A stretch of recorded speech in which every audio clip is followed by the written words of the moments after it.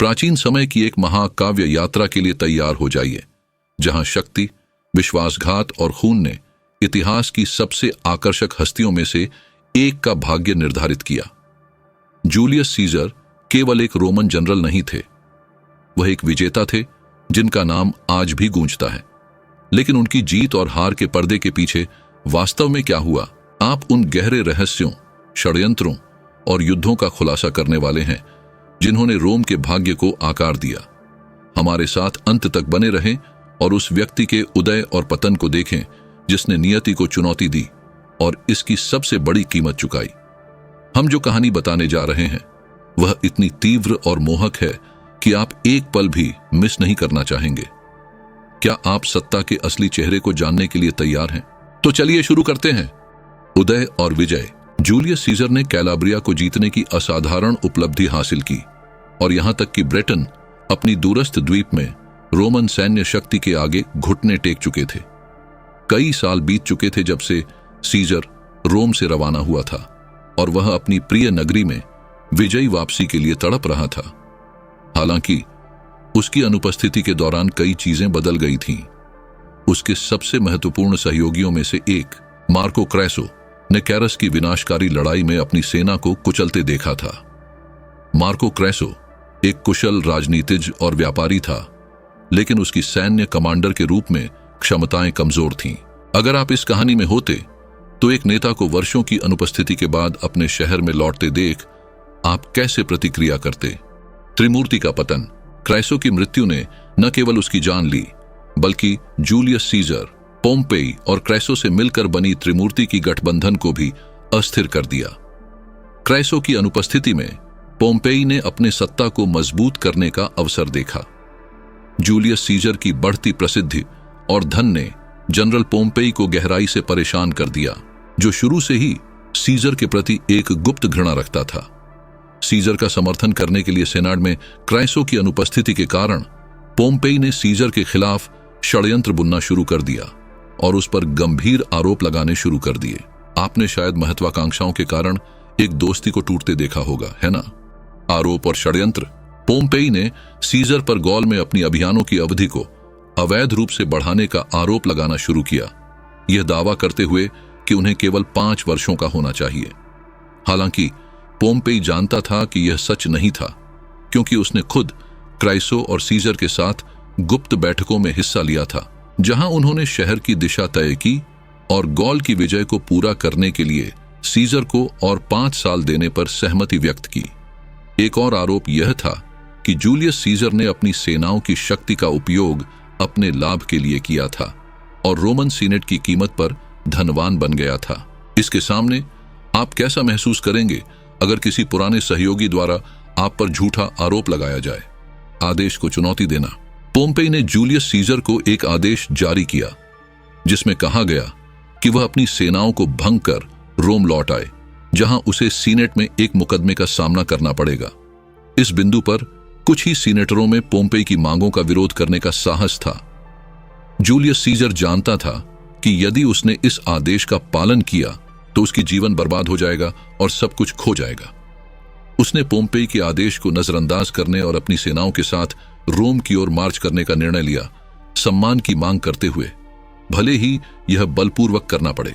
अब क्या आपके पास एक अनुचित आदेश को चुनौती देने का साहस होगा, यह जानते हुए कि इससे आपकी बर्बादी हो सकती है?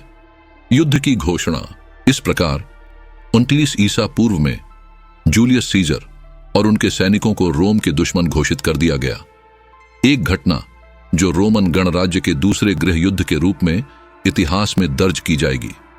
इस घोषणा ने सीजर को प्रभावित नहीं किया, क्योंकि वह पहले से ही पोम्पेई की उसके प्रति घृणा को जानता था और उसे पता था कि दोनों जनरलों के बीच सीधा संघर्ष अपरिहार्य था। जूलियस सीजर को इस कड़वी सच्चाई का सामना करना पड़ा कि घर लौटने के लिए उसे अपने ही शहर पर हमला करना होगा। रूबिकॉन की पार करना। पोम्पेई एक अनुभवी जनरल था और जानता था कि रोम लंबे समय तक गॉल की अनुभवी सेनाओं के खिलाफ खड़ा नहीं रह पाएगा। उसे शहर की रक्षा के लिए और सैनिकों को लाना पड़ा और इसके लिए उसने ग्रीस और अन्य निकटवर्ती क्षेत्रों में सेवा कर रही सेनाओं को बुलाया। इस प्रकार समय के खिलाफ एक दौड़ शुरू हो गई, जहां पोम्पेई अधीरता से अधिक सैनिकों के आने की प्रतीक्षा कर रहा था, जबकि सीजर यथासंभव तेजी से रोम पहुंचने के लिए मार्च कर रहा था। सीजर की स्थिति को और भी खराब करने के लिए उसके रास्ते में रूबिकॉन नदी थी। किसी भी रोमन जनरल को अपनी सेनाओं के साथ रूबिकॉन पार करने की अनुमति नहीं थी। नदी पार करना सीजर के लिए एक बिंदु था जहां से वापसी का कोई रास्ता नहीं था, और इस संदर्भ में उसने अपनी सबसे प्रसिद्ध पंक्तियों में से एक कही, अलेया इयाक्टा एस्ट, भाग्य का फैसला हो चुका है। पूरे अपने सेना के साथ नदी पार करना एक विशाल समय लेता, और सीजर के पास यह विलासिता नहीं थी, इसलिए उसने जोखिम उठाने और अपनी एक सेना के साथ तेजी से मार्च करने का निर्णय लिया। बाकी सेनाएं धीरे धीरे उनके पीछे चल रही थीं, अपनी ताकतों को आगामी लड़ाई के लिए संरक्षित करते हुए। अब जब कोई वापसी नहीं है, क्या आपके पास यह जानने के बावजूद एक ऐसे बिंदु को पार करने का साहस होगा कि इससे कुल युद्ध हो सकता है? की ओर मार्च। दोनों कमांडरों के लिए कठिन दिन बीते, लेकिन सीजर के सैनिकों ने फिर से अपना मूल्य साबित किया और असाधारण गति से रोम पहुंच गए। कोई अन्य विकल्प न देखकर पोम्पेई ने अपने निजी गार्ड और कुछ सीनेटरों और सहयोगियों के साथ सीजर के आने से ठीक पहले रोम शहर को छोड़ दिया। पोम्पेई ब्रिंडिस शहर की ओर चला गया, जहां से वह ग्रीस के लिए रवाना हुआ। वहां स्थित सेनाओं के साथ मिलकर सीजर पर हमला करने की योजना बना रहा था। रोम में आगमन। जब जूलियस सीजर अंततः शहर के द्वारों में प्रवेश किया तो सड़कें लगभग सुनसान थीं। रोमन नागरिक सीजर के वास्तविक इरादों के बारे में निश्चित नहीं थे। वह एक नायक के रूप में या राज्य के दुश्मन के रूप में लौट सकता था, शक्ति और बदला मांगते हुए। लेकिन वास्तव में उन्हें डरने की कोई आवश्यकता नहीं थी, क्योंकि सीजर ने अपने सैनिकों को जनता पर हमला करने या शहर को लूटने की अनुमति नहीं दी। जब शहर का माहौल शांत हो गया तो सीजर ने जनता को शांत करने के लिए एक सार्वजनिक भाषण दिया और शहर की कमान संभालने के लिए अपने सबसे भरोसेमंद लोगों में से एक को नामित किया। चुना गया व्यक्ति मार्क एंटनी था, जिसने गॉल में जूलियस सीजर के साथ सेवा की थी, जहां उसने खुद को एक उत्कृष्ट सैन्य कमांडर साबित किया था। इस कहानी के इस मोड़ पर क्या आप जान पाएंगे कि कौन नायक है और कौन खलनायक? आदेश पुनः स्थापित। पोम्पी की खोज जारी रखने के लिए सीजर को अभी भी कुछ महीनों का इंतजार करना पड़ा, क्योंकि समुद्र के पार अपनी सेनाओं को ले जाने के लिए नए जहाजों का निर्माण किया जाना था। जब जहाज बनाए जा रहे थे, सीजर ने रोम शहर में आदेश बहाल किया, नए कानूनों को मंजूरी दी, नए सीनेटरों का चुनाव किया और शहर के वित्तीय मामलों की देखभाल की। जहाजों के निर्माण के अंत की प्रतीक्षा करते समय सीजर स्पेन गया, जहां उसने पोम्पी के समर्थकों को हराया और इस प्रकार यह सुनिश्चित किया कि रोम पर हमला नहीं होगा जब वह ग्रीस के लिए रवाना होगा। फारसालस की लड़ाई। 48 ईसा पूर्व में जूलियस सीजर और पोम्पेई ने अंततः फारसालस की लड़ाई में एक दूसरे का सामना किया, जो एपिरस ग्रीस के क्षेत्र में हुई थी। सीजर की आश्चर्यचकित करने के लिए पोम्पेई ने लगभग 36,000 पैदल सैनिकों और 7,000 घुड़सवारों की एक अविश्वसनीय रूप से बड़ी सेना जुटाई थी। जूलियस सीजर और उनके 22,000 सैनिकों ने एक किलेबंद शिविर स्थापित किया, लेकिन पोम्पेई ने सीजर के शिविर की लकड़ी की दीवार में एक कमजोर बिंदु पर हमला किया और तेजी से अराजकता फैल गई। कम संख्या में होने और अपनी रक्षा प्रणाली में कमी होने के कारण जूलियस सीजर के पास अपनी सेनाओं की पूर्ण वापसी का आदेश देने के अलावा कोई अन्य विकल्प नहीं था। और अब क्या आप एक ऐसे प्रतिद्वंद्वी को चुनौती देने का साहस करेंगे जो पहले आपका सहयोगी था? पुनः प्राप्ति की रणनीति। इस हार ने जूलियस सीजर को याद दिलाया कि पोम्पेई मैग्नस को उनके समय के सबसे महान जनरलों में से एक माना जाता था और उन्हें कभी भी कम नहीं आंका जाना चाहिए था। सीजर ने एक नया शिविर स्थापित किया, लेकिन अब उसके सैनिकों के लिए बहुत कम भोजन और पीने का पानी उपलब्ध था। उसकी आपूर्ति समाप्त होने के साथ जूलियस सीजर को जल्दी से कार्य करना पड़ा और इसलिए उसने पोम्पेई का सामना करने का निर्णय लिया। निर्णायक संघर्ष। 9 अगस्त 1848 ईसा पूर्व को फारसालस की लड़ाई छिड़ गई, जो मध्य ग्रीस के थेसाली क्षेत्र में हुई थी। लड़ाई धीमी गति से शुरू हुई। दोनों जनरलों ने एक दूसरे की चालों का सावधानी पूर्वक अध्ययन किया। समान प्रशिक्षण और रणनीति वाले दो रोमन सेनाओं के बीच की लड़ाई को सुलझाना आसान नहीं था। लड़ाई बेहद तेज थी। दोनों पक्ष प्रतिद्वंद्वी को घेरने की कोशिश कर रहे थे। पोम्पेई की संख्या में अधिकता और अधिक घुड़सवार थे, लेकिन सीजर के अनुभवी सैनिकों ने हर प्रकार की चुनौती का सामना किया था और उन्हें आसानी से हराया नहीं जा सकता था। कड़वी जीत। बड़ी असुविधा में होते हुए भी सीजर की सेनाओं ने दुश्मन की घुड़सवार सेना को रोकने और पोम्पेई की पैदल सेना को घेरने में सफलता प्राप्त की। इस प्रकार युद्ध का पूरा नियंत्रण हासिल कर लिया। पोम्पेई ने अपने सेना को अपनी आंखों के सामने नष्ट होते देखा और तब उसे एहसास हुआ कि वह एक साधारण व्यक्ति का सामना नहीं कर रहा था। पराजित होकर पोम्पेई को युद्ध से दूर जाने के लिए जितनी जल्दी हो सके वापसी करनी पड़ी। इतनी बड़ी हार के बाद जनरल पोम्पेई एक भयानक स्थिति में था और उसके साथ ग्रीस गए अधिकांश सीनेटर अन्य रोमन उपनिवेशों में भाग रहे थे और कुछ तो सीजर से माफी मांगने भी गए। क्या आप अपनी जीत का जश्न मनाएंगे, यह जानते हुए कि यह भयानक लागत के साथ आती है? मिस्र की ओर भागना। पोम्पेई ने मिस्र भागने का फैसला किया, जहां वह मिस्र की कुलीनता के बीच शरण लेने की सोच रहा था, लेकिन उसे भाग्य की एक क्रूर पलटवार की उम्मीद नहीं थी। कुछ मिस्र के अभिजात वर्ग के सदस्यों को डर था कि पोम्पेई की रक्षा करने पर वे सीजर के क्रोध को उकसा देंगे, जो पहले से ही मिस्र के निकट था। पोम्पेई पर मिस्रियों ने हमला किया और उसे मार डाला और एक महान जनरल ने विदेशी भूमि में एक अपमानजनक अंत पाया। सीजर का क्रोध। जब जूलियस सीजर मिस्र पहुंचे तो उन्हें प्टोलेमी ऑनबिस ईसा के शाही महल में स्वागत किया गया और जैसे ही उन्होंने पोम्पेई के ठिकाने के बारे में पूछा, उन्हें अपने पूर्व प्रतिद्वंद्वी के केवल अवशेष प्रस्तुत किए गए। सीजर क्रोधित हो गए क्योंकि वह पोम्पेई को माफ करने और उसे रोम वापस लाने की योजना बना रहे थे और यहां तक कि उसे सीनेट में एक पद देने की भी योजना बना रहे थे।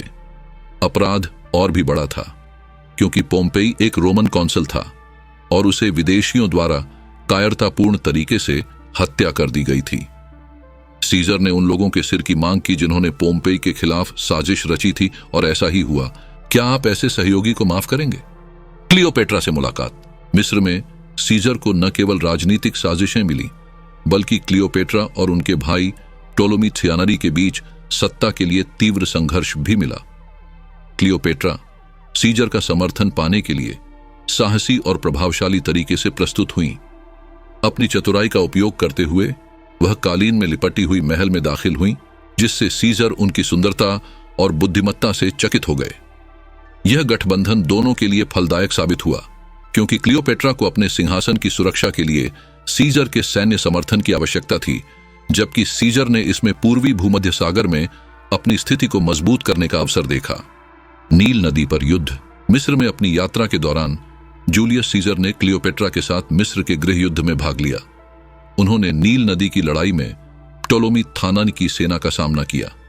सीजर की जीत निर्णायक थी और क्लियोपेट्रा की शक्ति को मिस्र की रानी के रूप में मजबूत किया।